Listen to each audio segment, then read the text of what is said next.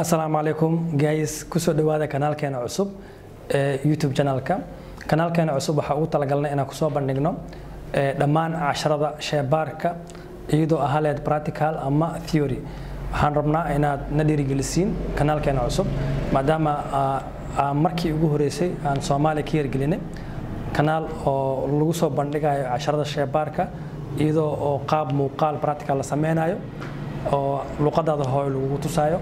waxaan rabnaa inaad subscribe dhaatid page-keena iyo like comment-gan nagu reeb mawduuca is leedahay shaybaarku kugu adag yahay waxaa rabtaa practical ahaan lagu tuso.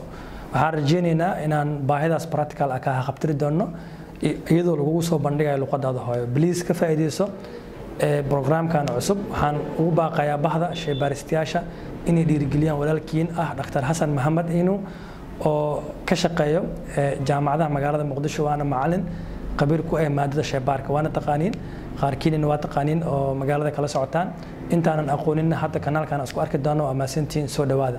Assalaamu alaykum wa rahmatullahi wa barakaatuh.